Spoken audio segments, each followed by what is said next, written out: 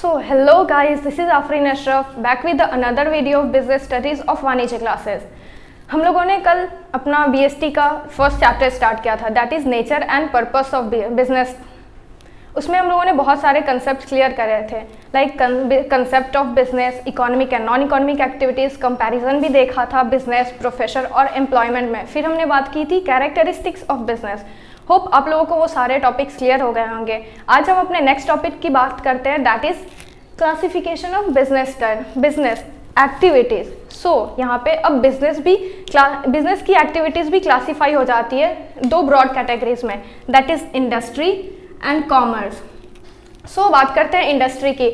Industry concerned with the production of processing of goods, production और processing of goods. Basically industry में production और manufacturing related activities ही perform की जाती है, और commerce is facilitates exchange of goods and services. So manufacturing और production की एक्टिविटीज़ तो इंडस्ट्री में हो जाती हैं, बट क्या प्रोड्यूसर गुड्स प्रोड्यूस करके अपने पास ही रख लेगा? ऑब्वियसली नहीं, उससे कंज्यूमर्स तक पहुंचाना ज़रूरी होता है।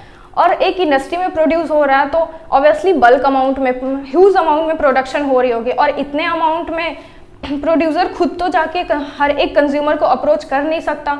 सो वहाँ से जो भी सारी एक्टिविटीज़ कंज्यूमर प्रोडक्शन से लेके कंज्यूमर तक गुड्स पहुँचने तक जो भी सारी एक्टिविटीज़ होती हैं वो सारे कॉमर्स में आती हैं। Next industry converts raw material into useful products. Basically industry में यही होता है, लाइक रॉ मटेरियल्स वो कहीं से लेके आती है और उसके फिनिश प्रोडक्ट्स बनाती है, एंड देन बाकी के सारे काम कंज्यूमर तक पहुंचाने का कॉमर्स का होता है। Commerce refers to all those activities which help directly और indirectly in distribution of goods to ultimate consumer. So commerce में हमने देख ही लिया, लाइक ये एक हेल्प प्रोवाइड करता है कि जो भी मैन्युफैक्चर्ड प्रोडक्ट्स है वो अल्टीमेट कंज्यूमर्स तक कैसे पहुंचेंगे। आई होप आपको इंडस्ट्री और कॉमर्स के डेफिनेशंस क्लियर हो गए होंगे। तो चलिए नेक्स्ट हम इन दोनों टॉपिक को थोड़ी डिटेल में बात करते हैं। तो चलिए बात करते हैं इंडस्ट्री के बारे में। अब यहाँ इंडस्ट्री भी 3 ब्रॉड कैटेगरीज में डिवाइड हो जाती है, that is primary industry, secondary industry and tertiary industry. Basically primary industries वो होती हैं जो कि डायरेक्टली नेचुरल रिसोर्सेज को एक्सट्रैक्ट करती हैं फ्रॉम अर्थ, और रिप्रोडक्शन ऑफ स्पीसीज के लिए लाइक उनमें ये सारी एक्टिविटीज़ प्राइमरी इंडस्ट्री में परफॉर्म की जाती है। Extraction of natural resources from earth and reproduction of species. So अब प्राइमरी इंडस्ट्रीज भी 2 कैटेगरीज में डिवाइड हो जाती है, that is genetic and extracting industries. Genetic industries में आती है breeding of cattle, pisciculture, dairy farming और nursery. Nursery is about something related plants, that is छोटे छोटे पौधे जहाँ पे रखे जाते हैं, उन्हें ग्रो कराए जाते हैं, उन्हें नर्सरी कहते हैं। Next is dairy farming. Basically dairy farming लोग बहुत सारे जानवर को, लाइक जो दूध देती है, लाइक काऊ, बुफेलो एंड गोट, इन सब को लोग पालते हैं और उनसे दूध निकालते हैं और उसका बिजनेस करते हैं, तो उन्हें डेयरी फार्मिंग करते हैं। PC culture is all about breeding of fishes, like लोग कहीं कहीं तालाब में उनको वो मछलियों के अंडे लाते हैं और उनकी रिप्रोडक्शन करते हैं। So that's pisciculture and breeding of cattle और birds. Next is extracting industries. Basically extracting industries में माइनिंग होती है, फिशिंग होती है एंड टिम्बर कटिंग होते हैं। फिशिंग और पीसी कल्चर में डिफरेंस है। पीसी कल्चर में लोग मछलियों को अंडों से वो लाइक रिप्रोडक्शन का प्रोसेस यहाँ पे होता है, और फिशिंग का मतलब होता है लाइक लोग मछली मारते हैं, जैसे हम एक्सट्रैक्ट करते हैं समुंदर से, लेक से, वहाँ से जो लोग मछलियाँ निकालते हैं उनको फिशिंग कहते हैं। और पीसी कल्चर में उनकी रिप्रोडक्शन करते हैं, बट यहाँ पे वो ऑलरेडी एग्जिस्ट करती हैं मछलियाँ, बस वहाँ से वो लोग लेके आते हैं अपनी बिजनेस करने के लिए। नेक्स्ट हम चलते हैं secondary industry. Secondary industry is those industries which make use of products of primary industries. Primary industries जो कि डायरेक्ट अर्थ से सारे रॉ मटेरियल्स निकालती है, उनका यूज़ कर सेकेंडरी इंडस्ट्री उनका यूज़ करके फिनिश प्रोडक्ट बनाती है। अब ये भी यहाँ पे 2 टाइप्स में डिवाइड हो गई है, manufacturing and constructive. Manufacturing industries में लोग मोस्टली जो प्राइमरी इंडस्ट्रीज़ के रॉ मटेरियल्स यूज़ होते हैं, मैन्युफैक्चर किए जाते हैं और उनसे फिनिश प्रोडक्ट बनाए जाते हैं। अब ये भी 3 कैटेगरीज में डिवाइड हो जाती है, that is analytical, synthetical and assembling. Analytical में बेसिकली क्या होता है, रॉ मटेरियल्स आते हैं, जस्ट लाइक एग्जाम्पल से समझते हैं, क्रूड ऑयल, ऑयल रिफाइनरी, जो भी मैन्युफैक्चरिंग इंडस्ट्रीज होती है वो एनालिटिकल इंडस्ट्रीज में आती है। समझते हैं, क्रूड ऑयल लाइक पेट्रोलियम, वो अर्थ से निकाला तो जाता है पर वो प्योर फॉर्म में नहीं होता, बहुत ही गंदा होता है, बहुत कुछ उसमें मिला होता है। सो उसको पहले वहाँ से बहुत सारे अलग अलग like petroleum, crude oil, gasoline, ये तीनों चीज़ें अलग करी जाती है एनालिटिकल इंडस्ट्रीज में। सो oil refinery industries comes in analytical industries. Next is synthetical. Basically ये वो इंडस्ट्री है जिसमें बहुत एक से ज़्यादा केमिकल्स मिला के कोई चीज़ बनाई जाती है, फिनिश प्रोडक्ट्स बनाए जाते हैं। जैसे सोप्स बनते हैं, बहुत सारे केमिकल्स यूज़ होते हैं तब जाके एक सोप तैयार होता है। लाइक कॉस्मेटिक प्रोडक्ट्स, जो भी कॉस्मेटिक इंडस्ट्रीज होती है वो सारी सिंथेटिकल इंडस्ट्रीज में लाई करती है। वो लोग बहुत सारे केमिकल्स को मिक्स करके कोई एक फिनिश प्रोडक्ट बनाते हैं। नेक्स्ट हम बात करेंगे assembly. Example is car manufacturing, next is computer. Basically assembling industries कुछ प्रोड्यूस नहीं करती है, बस प्रोड्यूस की हुई चीज़ों को वो असेंबल कर देती है। लाइक कार बनाने के पार्ट्स वो तो अलग अलग, कहीं एनालिटिकल में बनते हैं, कहीं किसी दूसरे इंडस्ट्रीज में बनाए जाते हैं उन लोग के डिफरेंट पार्ट्स, लेकिन असेंबल आके इस इंडस्ट्रीज में की जाती है। जस्ट लाइक कार, इसके बहुत सारे पार्ट्स होते हैं, तो हर जगह से कलेक्ट करके वो इस इंडस्ट्रीज में असेंबल की जाती है और एक फिनिश प्रोडक्ट बनाया जाता है। लाइक कार अब एक फॉर्म में आ गया, अब ये कंज्यूमर के पास जाने के लिए रेडी है।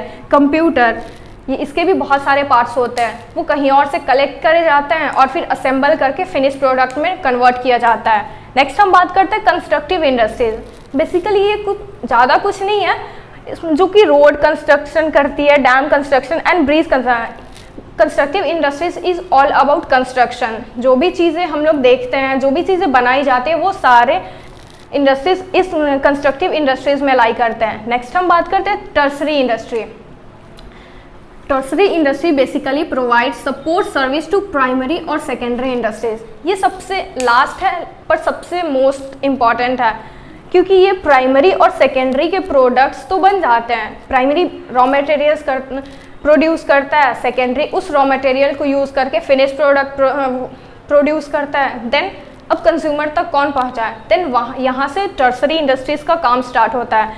टर्सरी इंडस्ट्रीज़ प्राइमरी और सेकेंडरी को ट्रांसपोर्टेशन का फैसिलिटी प्रोवाइड करती है, बैंकिंग की, अगर उन्हें कहीं लोन की ज़रूरत पड़ गई मैन्युफैक्चरिंग या फिर प्राइमरी मैन्युफैक्चरिंग और एक्सट्रैक्टिंग इंडस्ट्रीज़ को, तो ये लोन का प्रोवाइड करती है। इंश्योरेंस सर्विस प्रोवाइड करती है and advertising. Insurance service use होती है मैन्युफैक्चरिंग इंडस्ट्रीज़ में, वैसे तो कहीं भी यूज़ होती है जहाँ भी लॉस होने का डर हो। सो मोस्टली मैन्युफैक्चरिंग इंडस्ट्रीज़ में ही। सपोज प्रोडक्शन करते हुए कोई हादसा हो गया, लाइक आग लग गई, तो उसके लिए सबसे पहले इंश्योरेंस कराना ज़रूरी होता है, इससे ओनर्स को ज़्यादा लॉस नहीं होता। नेक्स्ट एडवर्टाइजिंग सर्विस भी प्रोवाइड करती है टर्सरी इंडस्ट्री। लाइक गुड्स तो प्रोड्यूस हो गया पर किसी को मालूम तो है नहीं क्या प्रोड्यूस हुआ है। सपोज चॉकलेट बन गया मैन्युफैक्चरिंग इंडस्ट्रीज़ में, कोको लाया raw material, cocoa raw material use होता है वो आया प्राइमरी इंडस्ट्री से, सेकेंडरी इंडस्ट्री ने उसे यूज़ करके चॉकलेट बनाया। अब लोगों को पता कैसे चलेगा कि चॉकलेट बन चुका है? सो अब उसकी एडवर्टाइजमेंट करने के लिए टर्सरी इंडस्ट्रीज़ को इन्वॉल्व होना होता है। आई होप आपको तीनों इंडस्ट्रीज क्लियरली समझ आ गए होंगे। अगर आपको स्क्रीनशॉट लेना हो तो आप ले सकते हो।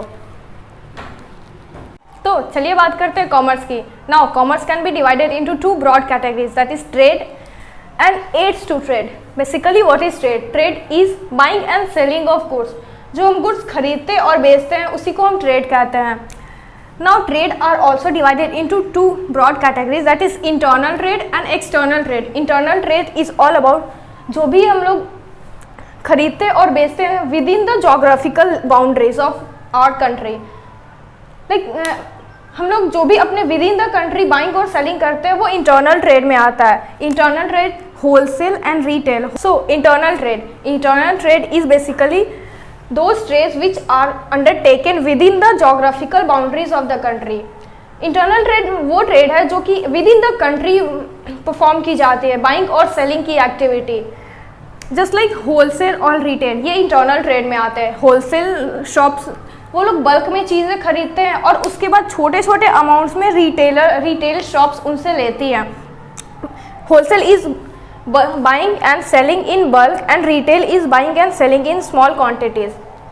ओके, चलिए बात करते हैं एक्सटर्नल ट्रेड की। एक्सटर्नल ट्रेड जो कि बाइंग और सेलिंग एक्टिविटीज परफॉर्म की जाती है बियॉन्ड द जोग्राफिकल बाउंड्रीज। जैसे हमारा इंडिया हमारा कंट्री इंडिया, इसमें जो भी हम लोग हमारी यहाँ की चीज़ें जो लोग हम लोग बाहर फॉरेन कंट्रीज़ को एक्सपोर्ट करते हैं वो ट्रेड एक्सटर्नल ट्रेड में आते हैं। एक्सटर्नल ट्रेड 3 कैटेगरीज के होते हैं, export, import and entry port. Export is all about selling of goods to foreign countries. Import is all about purchasing of goods from foreign countries and entry port is import of goods for the purpose of export. इन तीनों को हम लोग एक example से समझते हैं। India petrol import करता है, वो इंपोर्ट का एग्जांपल हुआ। इंडिया सेम पेट्रोल एक्सपोर्ट भी करता है कुछ कंट्रीज को, that is export. And in दोनों को अगर मिला दे तो वो हो गया एंट्री पोर्ट। जैसे इंडिया सऊदी अरेबिया, कुवैत और इराक से पेट्रोल इंपोर्ट करता है, अपने पर्पस के लिए तो करता ही है बट एक्सपोर्ट के पर्पस से लिए भी करता है। वो ऑस्ट्रेलिया, यूएसए और यूके जैसे कंट्रीज को एक्सपोर्ट भी करता है। सो एक्सपोर्ट में वो सारी एक्टिविटीज़ आती है जो कि एक कंट्री इंपोर्ट तो करती है पर खुद के कंजम्पशन पर्पस के लिए नहीं, उसे एक्सपोर्ट के इंटेंशन से कहीं और से इंपोर्ट करती है। सो आई होप आपको एक्सटर्नल ट्रेड और इंटरनल ट्रेड समझ आ गया होगा। सो चलिए बात करते हैं aids to trade. Aids to trade का मतलब helps in smooth flow of trade. Like जो भी सारी एक्टिविटीज़ हेल्प करती है ट्रेड को स्मूथ फ्लो होने में, उसे हम कहते हैं aids to trade. First one is transportation, movement of goods from one place to another. इसे हम समझते हैं एक एग्जांपल से। टी असम में उगाई जाती है लेकिन इस कंट्री के हर एक इंसान उसे इंजॉय करता है। वो पॉसिबल कैसे हुआ? Through transportation. अगर ट्रांसपोर्टेशन फैसिलिटी नहीं होती हमारे पास तो आई डोंट थिंक कि कोई टी को आसाम, मतलब जो लोग वहाँ जाते हैं वही सिर्फ इंजॉय करते, और जो लोग वहाँ पे हैं उसके नेटिव्स हैं क्योंकि वो वहीं उगाई जाती है तो ही वही लोग इंजॉय कर पाते हैं। सो ट्रांसपोर्टेशन के थ्रू ही पॉसिबल हो पाया कि हम लोग आसाम में उगाई जाने वाली चीज़ें या फिर डिफरेंट प्लेस पे जो भी सारी चीज़ें होती हैं, फॉरेन में हो, विद इन द कंट्री हो, वो सारी चीज़ें अब अवेलेबल हैं, हम लोग भी उसे यूज़ कर सकते हैं ट्रांसपोर्टेशन के थ्रू। नेक्स्ट बात करते हैं warehousing. Special arrangement made to store goods from loss. Warehousing का मतलब है जो राइस एंड व्हीट्स प्रोड्यूस होती है हमारे कंट्रीज़ में, तो ऐसा तो है नहीं जैसे ही प्रोडक्शन होता है वैसे ही हम लोग कंज्यूम कर लेते हैं, सारी की सारी राइस और व्हीट पूरी की पूरी ख़त्म हो जाती है। नो, ये जो प्रोडक्शन और कंजम्पशन के बीच का जो गैप है उस बीच में लॉस होने का भी डर होता है। सपोज बहुत ज़्यादा प्रोडक्शन हो गया तो अब एक बार तो हम लोग उसे यूज़ कर नहीं लेंगे, ऑब्वियसली उसे रखने के लिए कोई जगह की ज़रूरत पड़ती है। सो उस फैसिलिटी को हम वेयर हाउसिंग कहते हैं। नेक्स्ट बात करते हैं insurance. Insurance provides protection to the owner.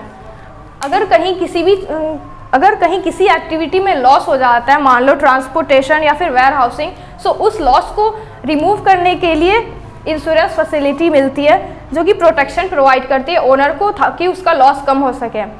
Next बात करते हैं banking and finance. Provides finance to smooth flow of business. Basically एक टाइम पे लोन की ज़रूरत पड़ती है तो वो बैंकिंग एंड फाइनेंस फैसिलिटी से फुलफिल हो जाती है। नेक्स्ट हम बात करते हैं advertising. Impossible for a trader to contact each consumer, advertising makes it possible.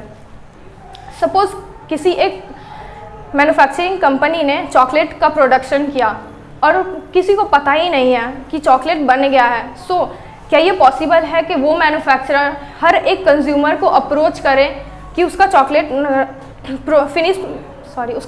Produce हो चुका है? Obviously not, it's not easy क्योंकि हमारे कंट्री की बहुत बड़ी पॉपुलेशन है। सो हर एक को पर्सनली अप्रोच करना पॉसिबल नहीं है। सो एडवर्टाइजमेंट के थ्रू ये पॉसिबल हो सका कि कोई भी फिनिश प्रोडक्ट प्रोड्यूस होने के बाद उसकी एडवर्टाइजमेंट करते हैं ताकि लोगों को अवेयरनेस हो कि हाँ ये चीज़ें मार्केट में अवेलेबल हैं। आई होप आपको आज के topics like trade and aids to trade clear हो गया होगा। सो अगर आपको ये वीडियो अच्छा लगा हो तो प्लीज़ लाइक करें, शेयर करें और सब्सक्राइब करना ना भूलें। Thank you.